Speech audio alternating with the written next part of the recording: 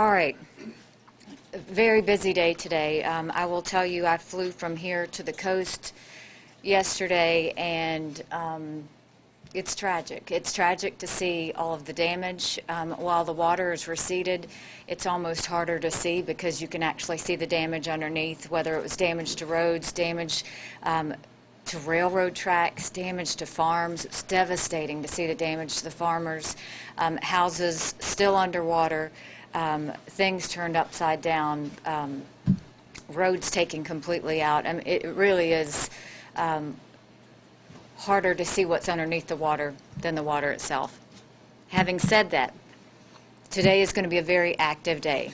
We have been through the first big wave. We are about to go through the second big wave, and we want to be very focused on that. Before we do that, the issue of the major declaration that we asked for continues to be what I said it would be, which is a story of addition, not subtraction. So the first day we gave you 8, we added 3 more. Yesterday, 5 more counties were added to the major disaster declaration that have been approved, and those are Calhoun, Darlington, Florence, Kershaw, and Lee.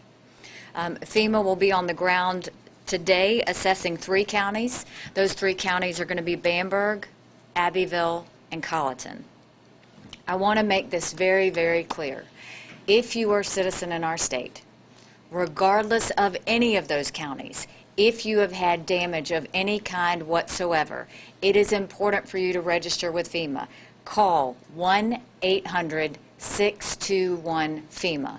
1-800-621-FEMA. Regardless of whether you're in or out of a county that's been declared, we want you to get on the phones. We want you to register. That way we can find you, and you're not having to run around. So it will make it very, very helpful. I'm going to turn it over to Mike again today just to give some updates on what FEMA is doing and to add to some information that he may have. Yes, ma'am. Thank you, Governor. Thank you. As the Governor said, we are providing assistance as of today. We have $1.5 million, that's $1.5 million on the street to the citizens of South Carolina. We have 19,700 registrations so far. We've inspected 760 homes with 150 inspectors. And one important point about the inspectors, those inspectors will be out in declared counties, and they will have identification, official identification.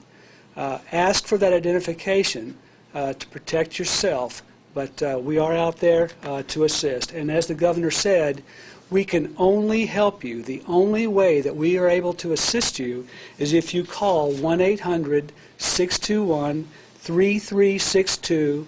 That's 1-800-621-FEMA. You can also register at disasterassistance.gov.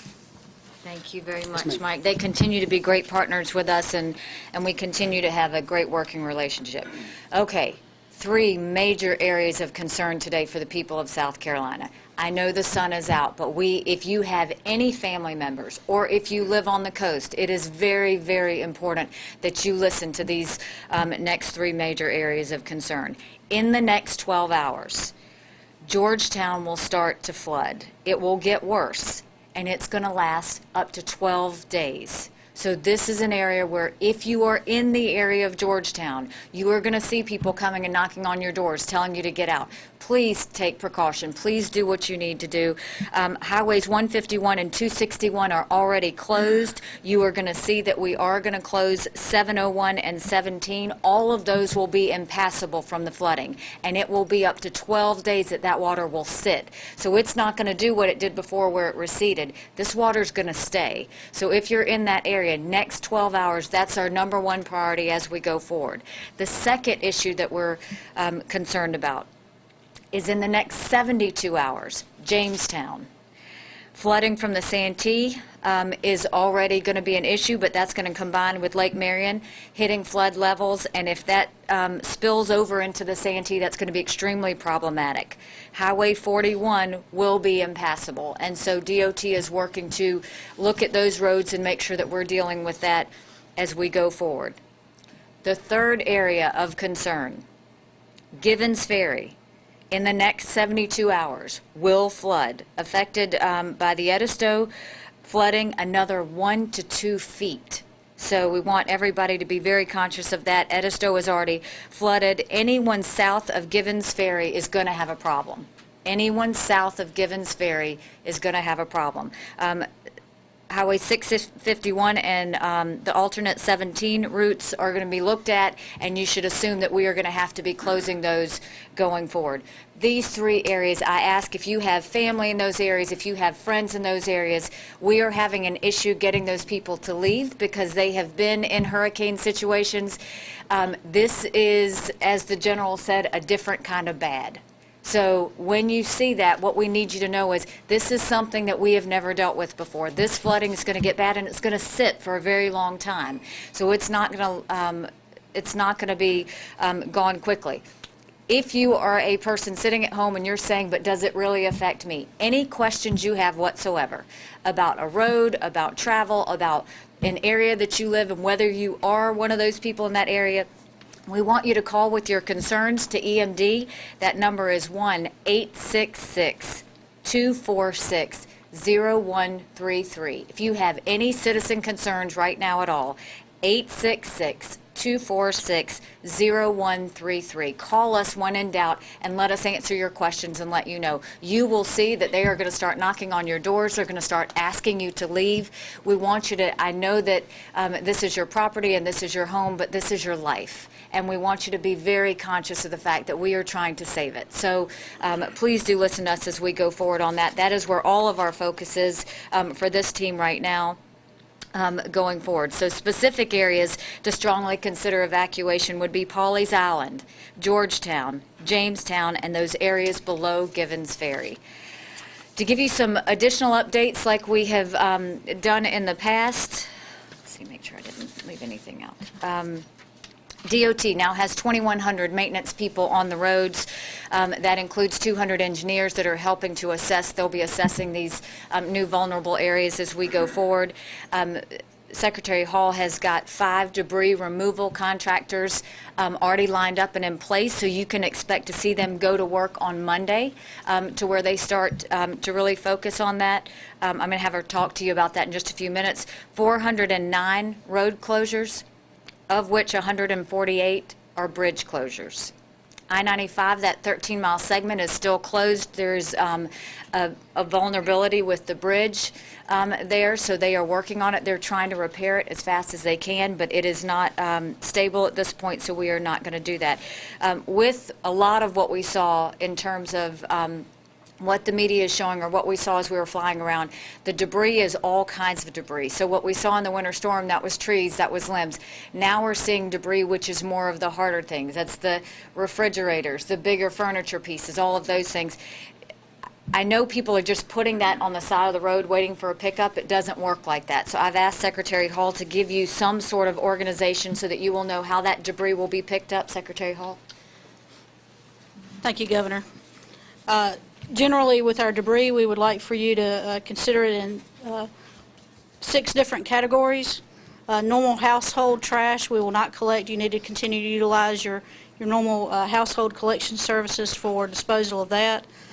If you could separate, if at all possible, the vegetative debris, which is your limbs, trees, and basically anything vegetative, into one category.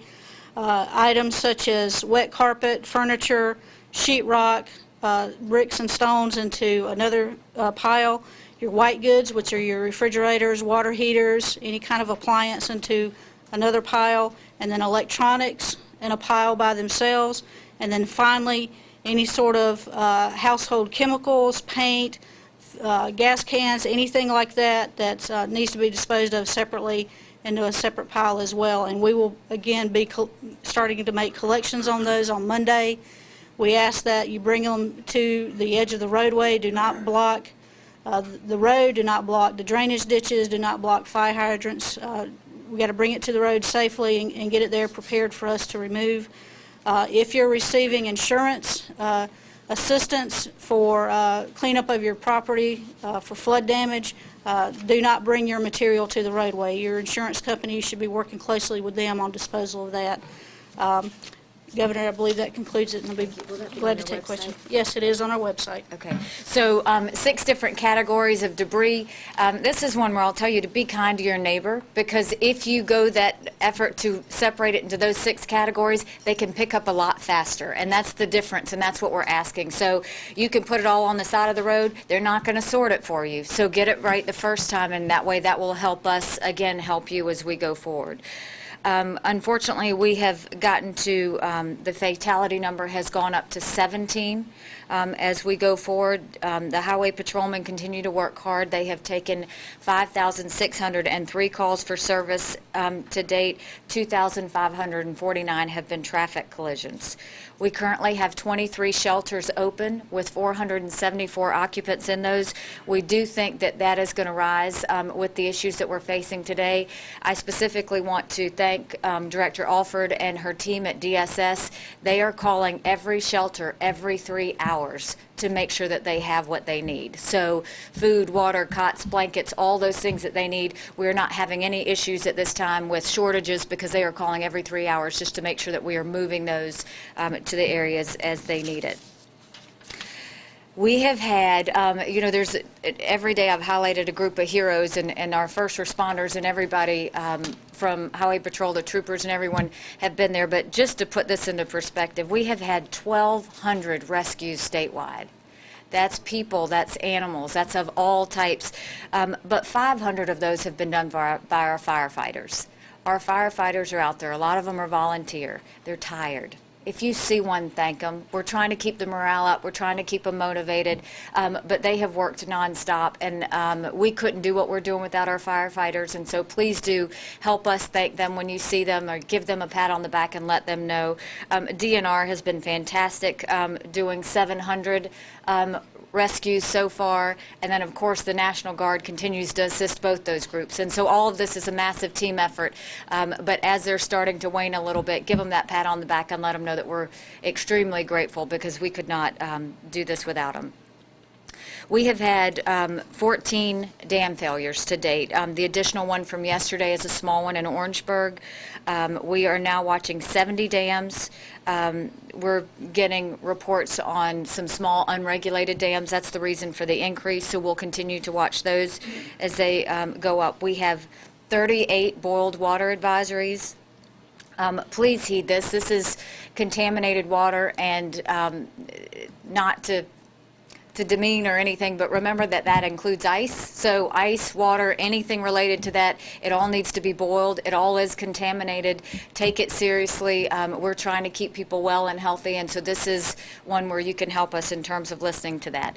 Hospitals right now are good. We're not having any major issues with the hospitals. Certainly we're watching the whole water issue with Columbia, but for now we are blessed to say that the hospitals are okay. We have 3,200 National Guardsmen all over the state in 15 counties right now.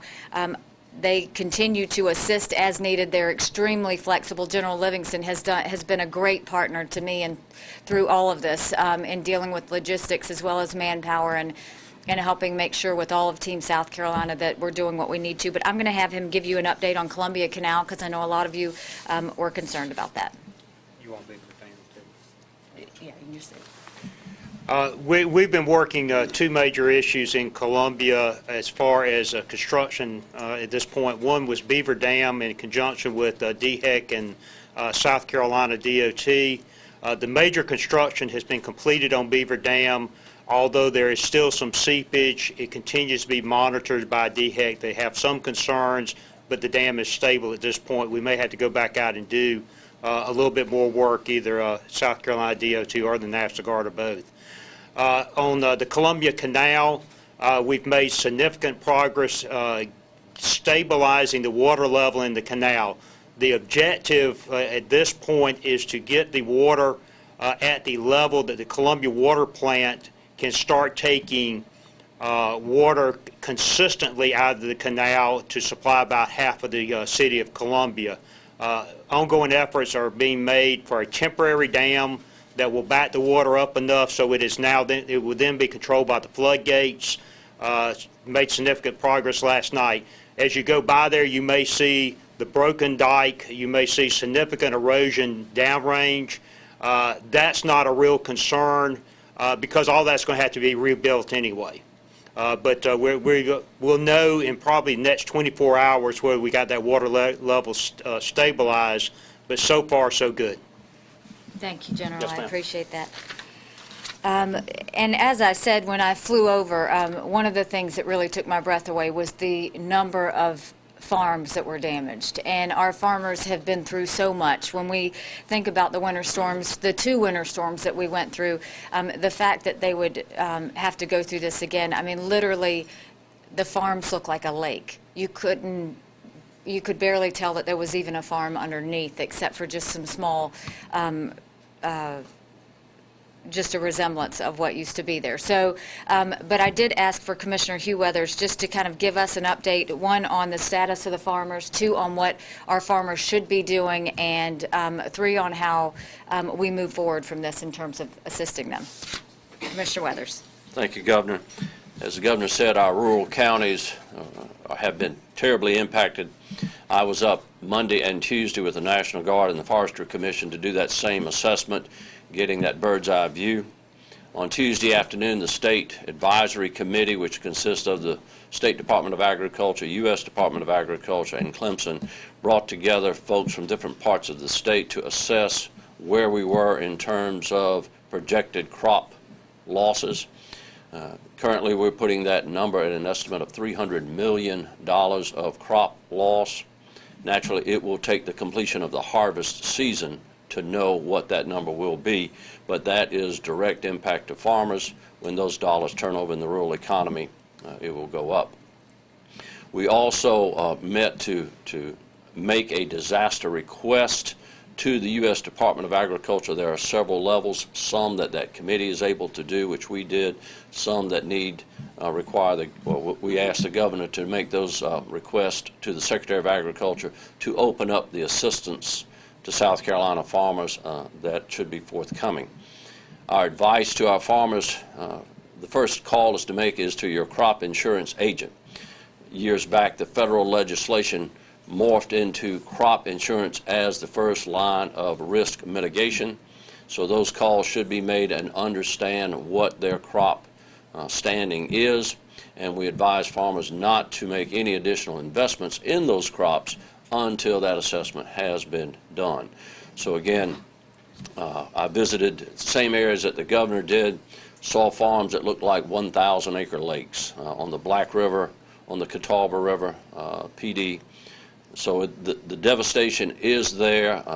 Basically, agriculture will be shut down for a few weeks until the soil dries, and then we will further those assessments. But we do appreciate the support of the governor's office, and that is where farmers are. We did a release yesterday, and you can go to our website at the Department of Agriculture, which is agriculture.sc.gov. You can find the release that we sent out along with some of the pictures from the tour. Thank you, Commissioner. We appreciate that. We continue to have many generous people from across the state and across the country that want to help the people of South Carolina to give donations or to know what is needed, or for businesses that want to help the state. That phone number is 1-888-585-9643. We've had hundreds of calls that have come into that call center. Again, 1-888-585-9643. If you want to donate items to help the state, we certainly do appreciate it.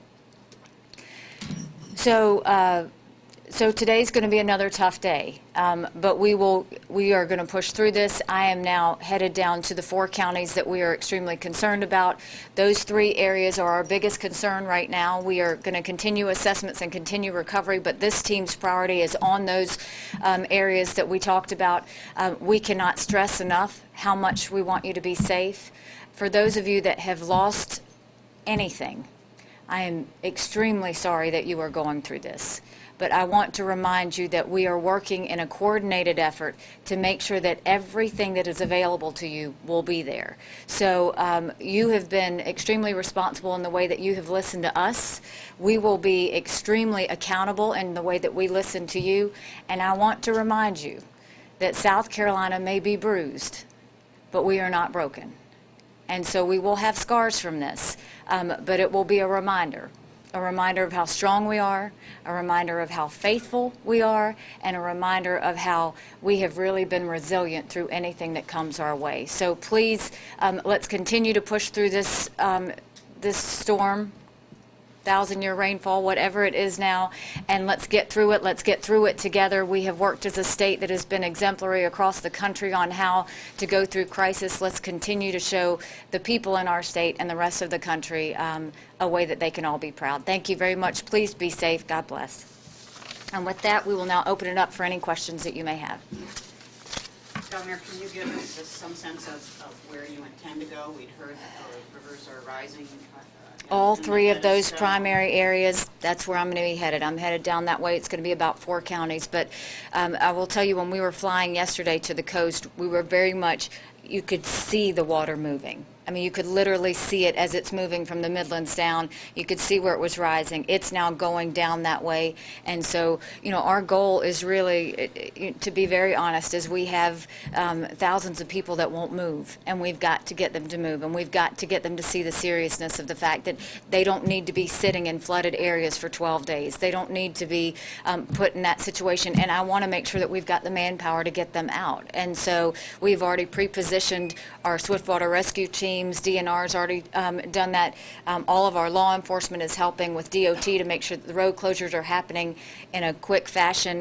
National Guard is anywhere and everywhere they're supposed to be, but our number one goal is to convince those people to get out of their homes and to not see this as a hurricane, but to see this as a flood, and a flood that doesn't go away overnight.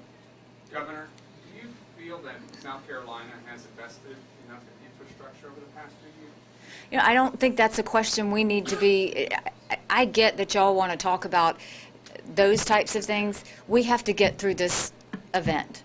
And so there will be time afterwards. You can analyze and you can ask all the questions you want, and I will answer it. Right now, we still have an issue and a crisis at hand. So my goal and all of my focus is on keeping these people safe. It's on making sure that the roads and bridges that need to be closed are closed. It's on making sure that the dams are safe, and it's on making sure that we get through this. If you want to analyze whether we had enough or not, you can analyze that later. I will tell you, find me any place in the country that was going to have a 1,000-year rainfall event.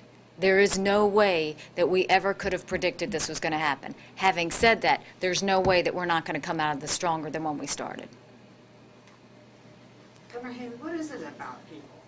I mean, you've got Katrina, you've got Hugo, you've got a history of where there's been incredible devastation in the past. Why can't people see that there's safety in mind?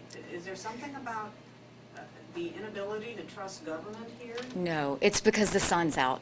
It's because the sun's out. I mean, people are, you know, it's hard to tell someone, you know, during a hurricane, you see the rain, you see the wind, you see everything building up. The sun is out. They don't see that water going downstream. They don't see those waters flowing, so they think they're okay. What they don't understand is we're talking about increases of 1 to 2 feet.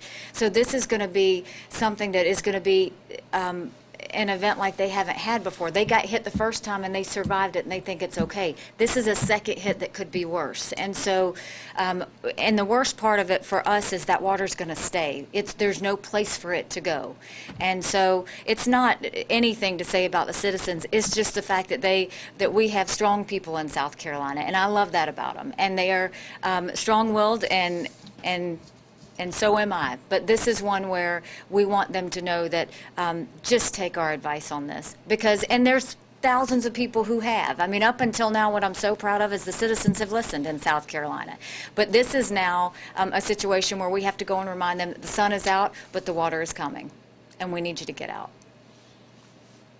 Any other questions? All right, thank you for the coverage you've continued to give, and thank you for helping get the phone numbers online. We'll continue to keep you updated as we find out more. Thank you.